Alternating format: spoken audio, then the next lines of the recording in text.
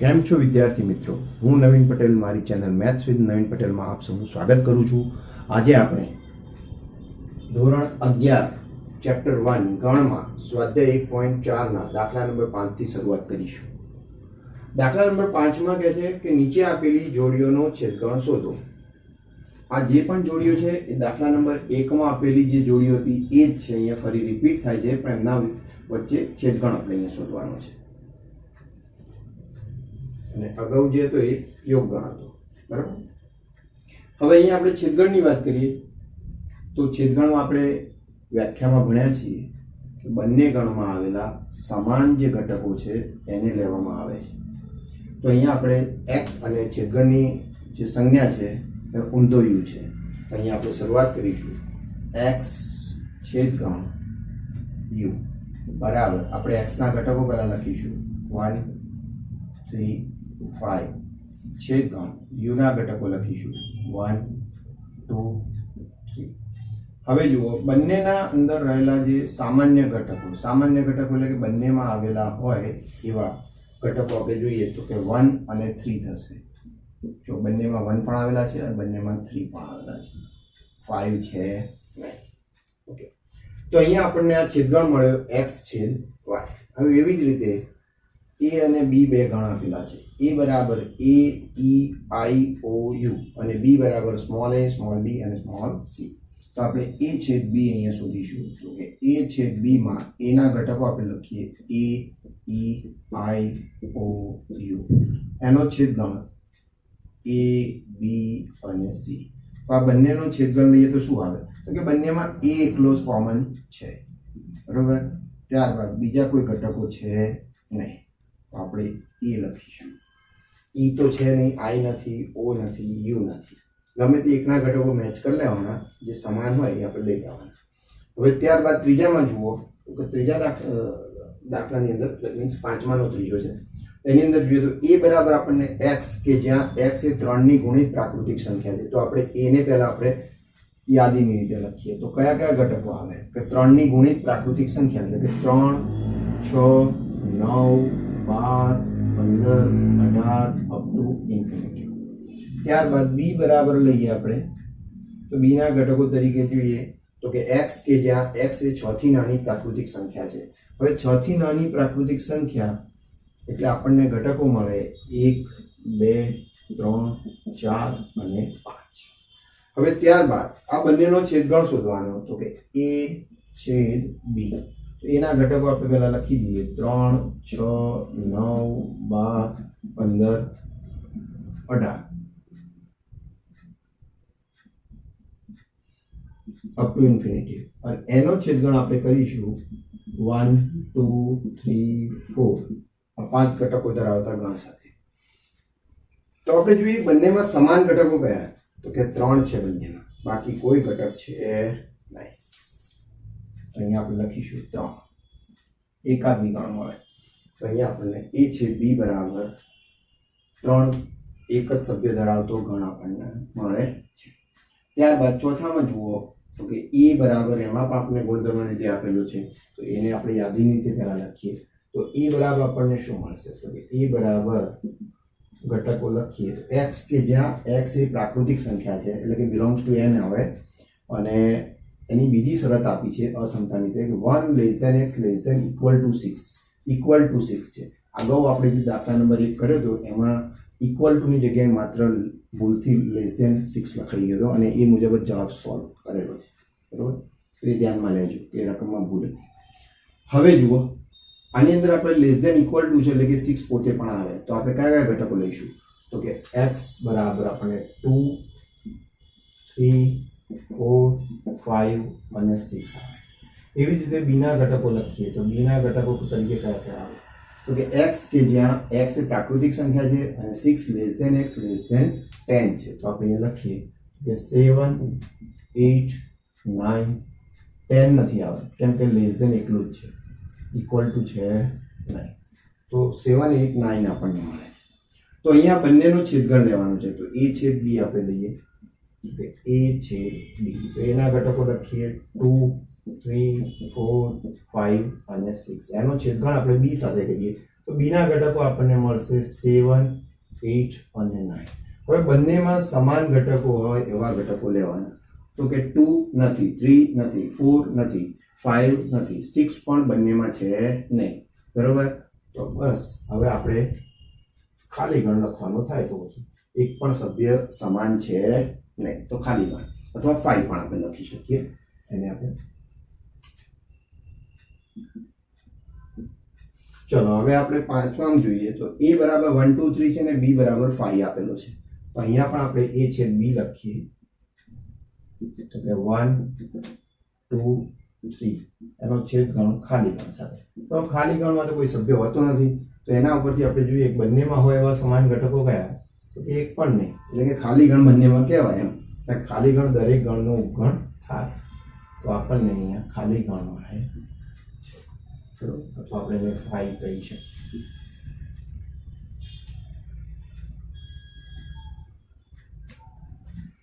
અહીંયા આપણો દાખલા નંબર 5 પૂરો થાય છે. અને હવે આપણે દાખલા નંબર 6 માં જોઈએ. દાખલા નંબર 6 માં શું કહે છે, a બરાબર આપણને ગણ આપ્યું છે 3 5 7 9 અને 11, b બરાબર 7 9 11 અને 13, c બરાબર 11 13 અને 15 અને d બરાબર 15 અને 17. તો આવી રીતે આપણને 4 ગણ આપેલા છે અને 4 ગણમાંથી જે નીચે આપણને છેદ ગણ આપેલા છે એ આપણે શોધવાના છે. તો એમાં અહીંયા આપણે પહેલામાં જોઈએ તો a છેદ b આપેલો, તો આપણે a ગણ ને b ગણ પહેલા લખીશું, પછી એનો છેદ ગણ નક્કી કરીશું. તો આપણે a ના ઘટકો તરીકે લઈએ તો કે 3 5 7 9 11, એનો છેદ ગણ b સાથે કે 7 9 11 અને 13. હવે આ બંનેમાં હોય એવા સમાન ઘટકો આપણે નક્કી કરવાના છે. તો કે જુઓ 3 છે નથી, 5 છે નથી, 7 હા છે, 9 છે તો અને 11 પણ છે. તો 7 9 ને 11 એ બંનેમાં છે. તો 7 9 અને 11 આ ત્રણ ગણ ધરાવતો ગણ એ આપણો છેદગણ કહેવાય છે. બી છેદ સી ની વાત કરીએ તો બી છેદ સી માં બી માં ઘટકો છે 7 9 11 13. બરોબર? તો કે લખીશું આપણે 7 9 11 અને 13. હવે એનો છેદગણ આપણે કરીએ સી સાથે. તો સી ના ઘટકો કયા છે, તો કે 11 13 15. તો આ બંનેનો છેદગણ શું મળે, તો કે બંનેમાં હોય સમાન ઘટકો લેવાના. તો 7 બંનેમાં નથી, 9 પણ નથી, 11 અને 13 બે છે. બરાબર? તો આપણે લખીશું 11 અને 13. અહીંયા આપણને બે ગણ સભ્યો મળે છે, બે સભ્યો ધરાવતો ગણ મળે છે. બરોબર? હવે આપણે કીધું છે a છેદ c છેદ d. તો અહીંયા આપણે પહેલા જૂથ બનાવી દઈશું. તો આપણે જૂથ બનાવીએ તો કે a છેદ c પહેલા શોધીશું અને એનો છેદગણ આપણે d સાથે કરીશું. તો અહીંયા આપણે સભ્યો લઈએ તો કે a ના ગણ તરીકે લઈએ તો કે 3 5 7 9 અને 11. હવે એનો છેદગણ લેવાનો છે c સાથે. તો c ના ઘટકો છે 11 13 15.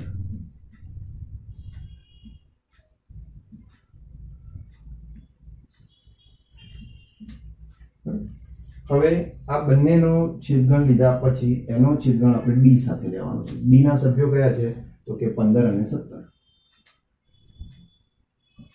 હવે આપણે સૌથી પહેલા બંનેનો જે જૂથ છે પહેલું બનાવ્યું છે a અને c નું, એ બંનેનો છેદગણ લઈએ તો કે જો બંનેમાં સમાન હોય એવા સભ્યો લેવાના છે. તો જો 3 નથી, 5 નથી, 7 નથી, 9 નથી, તો કે 11 રહ્યા. તો આપણે 11 એક જ ઘટક આપણને મળશે. બરાબર?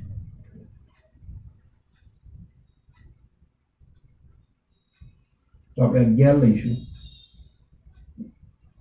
અને એનો છેદગણ કરીશું 15 અને 17 સાથે. તો હવે બંનેમાં જોઈએ એક પણ સભ્ય સમાન આવતો નથી. 11 છે નહીં, 15 17 તો ઓલરેડી કારણ કે અહીંયા સભ્ય જ એક છે. તો અહીં આપણને 5 મળે છે, એટલે કે ખાલી ગણ. આમ a છેદ c છેદ d માં આપણને આન્સર તરીકે ખાલી ગણ મળે છે. હવે દાખલા નંબર 6 માં આગળ જોઈએ તો ચોથા પેટા દાખલા નંબર 4 થી ચાલુ કરીએ. તો a છેદ c શોધવાનું છે. a બરાબર આપણને આપી દીધા છે 3, 5, 7, 9, 11 અને C બરાબર આપે છે 11, 13, 15. આપણે પહેલા લખી દઈશું.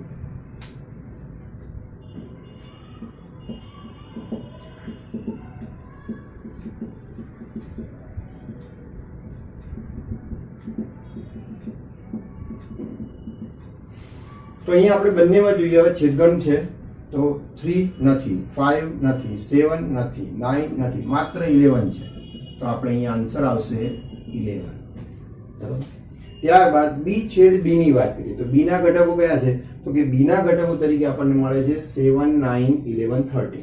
તો આપણે લખીશું 7, 9, 11, 13. એનો છેદગણ આપણે કરવાનો છે ડી સાથે. તો ડી ના ઘટકો કયા છે? તો કે 15 અને 17. બંનેની અંદર કોમન હોય એવા સભ્યો કહો. તો એક પણ સભ્ય કોમન નથી. જુઓ 7 નથી, 9 નથી, 11 નથી, 13 પણ નથી. તો એનો મતલબ બી છેદ ડી માં પણ આપણને 5 મળે છે, એટલે કે ખાલી ગણ મળે છે, જેને આપણે 5 પણ કહી શકીએ. ત્યારબાદ છે છઠ્ઠા નંબરનો દાખલો એ છેદ ઇન બ્રેકેટ બી યોગ સી. એટલે કે બી યોગ સી આપણે પહેલા એનું જૂથ સોલ્યુશન કરવાનું અને પછી એનો છેદગણ આપણે એ સાથે કરવાનો છે. તો આપણે એ રીતે પહેલા રકમ લખીએ. તો કે એના ઘટક તરીકે આપણને આપેલા છે 3, 5, 7, 9 અને 11.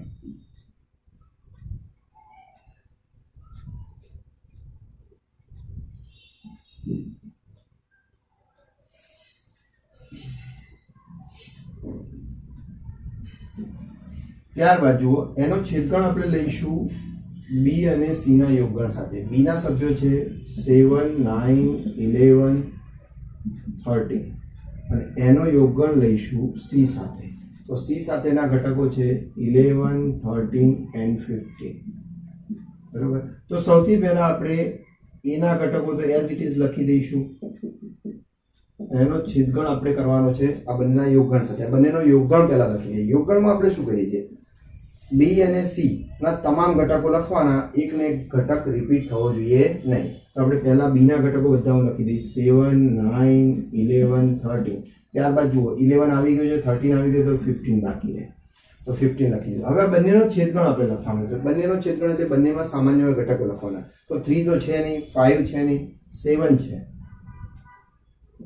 ત્યારબાદ 9 પણ બંનેમાં છે અને 11 પણ છે. તો આમ 7, 9 ને 11 ઘટકો ધરાવતો આપણને ગણ મળે છે. ત્યારબાદ આપણે 7th દાખલામાં જોઈએ તો એ છેદ ડી આપેલો છે. એ ઘટક આપણને આપેલા છે. એના ઘટકો આપણને, તો એના ઘટકો છે 3, 5, 7, 9, 11. એનો છેદગણ આપણે ડી સાથે કરીએ. ડી ના ઘટકો છે 15 અને 17. તો ત્યારબાદ આપણે જોઈએ તો કે એ અને ડી માં એક પણ ઘટક આપણને સમાન દેખાતો નથી. જો 3 પણ નથી, 5 પણ નથી, 7 પણ નથી, 9 પણ નથી ને 11 પણ નથી. તો એવા સંજોગોમાં આપણને ખાલી ગણ એટલે કે 5 મળે છે. બંનેમાંથી એક જ ચિહ્ન તમે મૂકો તો પણ ચાલે, પણ અહીંયા હું બંને મૂકું છું જેથી તમારા ધ્યાનમાં રહે બંને ઇક્વલ જ છે. બરોબર. ત્યારબાદ જુઓ 8મા ની અંદર, 8મા દાખલામાં જુઓ એ છેદ બી યોગ ડી આપેલો છે. તો આપણે એ ને પહેલા લખી દઈએ. એના ઘટકો છે 3, 5, 7, 9, 11. ત્યારબાદ એનો છેદગણ છે, છેદગણ છે બી યોગ ડી સાથે. બી ના ઘટકો કયા છે? કે 7, 9, 11, 13. એનો યોગગણ લઈશું આપણે ડી સાથે. તો ડી ના ઘટકો લખીએ 15 and 17. આ બંનેનો યોગગણ છે. બરાબર. હવે જોઈએ આપણે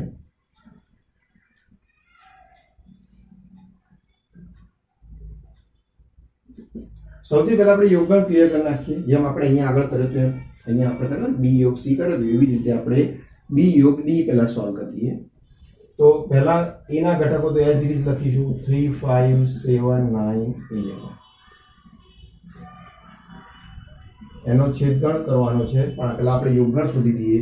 તો 7, 9, 11, 13 અને પેલામાં જે 15 ને 17 બંનેમાં એક પણ સામાન્ય નથી એટલે બધા જ ઘટકો આપણે લખવાના થાય. તો કે 7 9 11 13 15 પણ નથી આવ્યો એટલે લખવાનો, 17 પણ નથી આવ્યો એટલે લખવાનો. તો આમ આપણને b યોગ d મળે છે. હવે a નો છેદગણ b યોગ d સાથે કરીએ તો આપણે સમાન સભ્યો અહીંયા છેદગણમાં લેવાના થાય. તો કે જો 3 નથી, 5 નથી, 7 છે બંનેમાં, 9 પણ છે અને 11 પણ છે. બરાબર, બાકી કોઈ ઘટક બાકી રહેતો નથી. તો અહીંયા 7 9 ને 11 એવા 3 ઘટકો ધરાવતો આપણને ગણ મળે છે. બરાબર, ત્યારબાદ જુઓ a છેદ b છેદ b યોગ c કરવાનો છે. તો a છેદ b છેદ b યોગ c. તો a છેદ b ના પહેલા ઘટકો આપણે શોધીશું. તો સૌથી પહેલા આપણે a છેદ b લખવા પ્રયત્ન કરીએ. તો a ના ઘટકો પહેલા હું લખી દઈશ.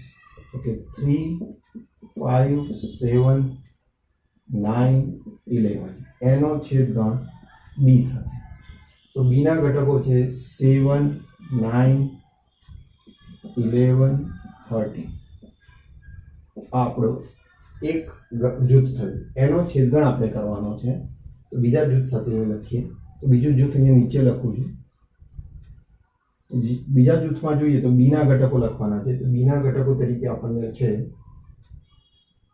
b ના ઘટકો અહીંયા લખીશ. તો b ના ઘટકો છે 7 9 11 અને 13. આપણો b છે.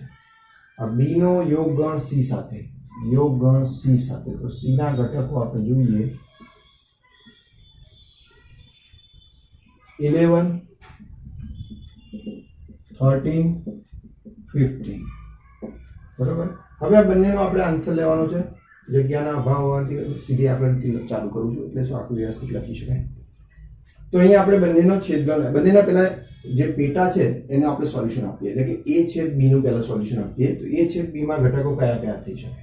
તો કે જુઓ, a અને b બંને લખી જાય, એમનો છેદગણ લેવાનો એટલે બંનેમાં સામાન્ય ઘટકો લેવાનો. 3 છે નહીં, 5 છે નહીં, 7 છે, 9 પણ છે, 11 પણ છે. પછી કોઈ ઘટક બાકી રહેતો નથી. ત્યારબાદ એનો છેદગણ આપણે b યોગ c સાથે કરીએ. તો b યોગ c. તો b ના ઘટકો અને c ના ઘટકો તમામ લેવાના, એક ને એક રિપીટ ના થવા જોઈએ. બરોબર, તો આપણે પહેલા b ના ઘટકો લખીએ 7 9 11 13. પછી આપણે c ના ઘટકો લખીએ. 11 આવી ગયા છે, 13 પણ આવી ગયા છે, તો 15 એટલા બાકી હશે. હવે આ બંનેનો છેદગણ લઈશું આપણે. તો બંનેના ઘટકોમાં જોઈએ તો 7 છે, 9 છે અને 11 છે. તો આ 3 ઘટકો ધરાવતો આપણને ગણ મળે. ઓકે, તો આ જ રીતે હવે આપણે 10મો કરીએ, 10મો દાખલો. તેમાં a યોગ d કીધો છે. તો એના ઘટકો આપણે પહેલા લખીશું.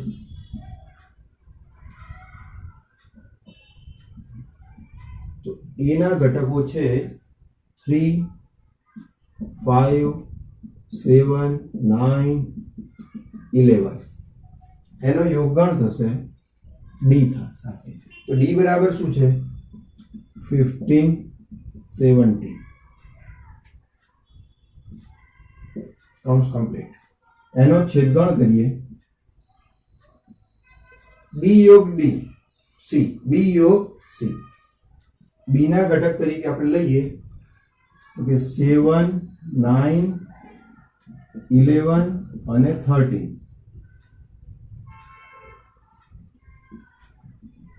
બરોબર, હવે આ 13 ત્યાં સુધીનો જે ઘટક છે એ બધા b ના ઘટક છે. એનો યોગગણ કરવાનો છે c સાથે. યોગગણ થશે c. c બરાબર ઘટકો છે 11 13 15. એટલે 11 13 15.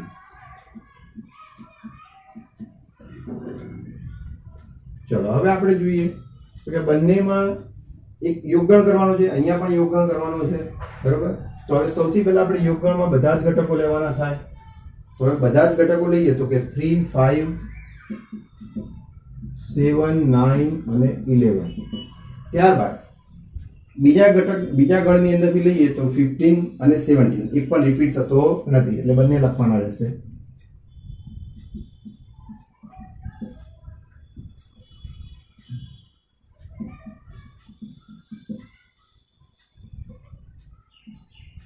ત્યારબાદ જોઈએ એનો છેદગણ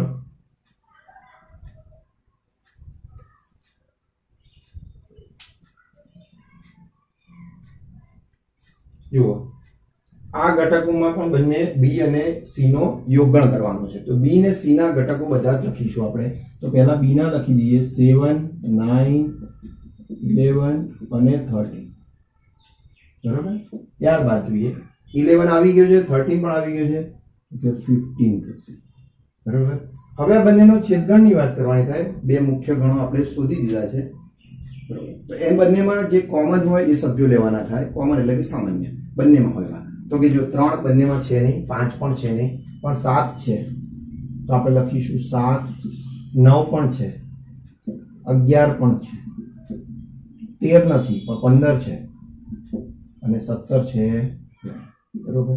તો જે ઘટકો આપણે ફરી રિપીટ થતા હોય એટલે કે બંનેમાં હોય એવા જ લેવાના. તો જોઈએ તો 7 બંનેમાં છે, 9 બંનેમાં છે, 11 બંનેમાં છે, 15 પણ બંનેમાં છે. 13 અહીંયા છે જે અહીંયા નથી એટલે આપણે ના લઈ શકીએ. બંનેમાં જે નાનો ગણ હોય એ પહેલા પસંદ કરવાનો અને એના ઘટકોને ચેક કરી લેવાના. તો એક ને એક જે બંનેમાં આવતા હોય એ ઘટકો લખી દેવાના, જે આપણો આન્સર થાય. તો અહીંયા આપણે સ્વાધ્યાય 1.4 દાખલા નંબર 6 ના જે 10 પેટા પ્રશ્નો છે, પેટા દાખલા, એ આપણા અહીંયા પૂર્ણ થાય છે. હવે નેક્સ્ટ ટોપિકમાં આપણે દાખલા નંબર 7 થી શરૂ કરીશું.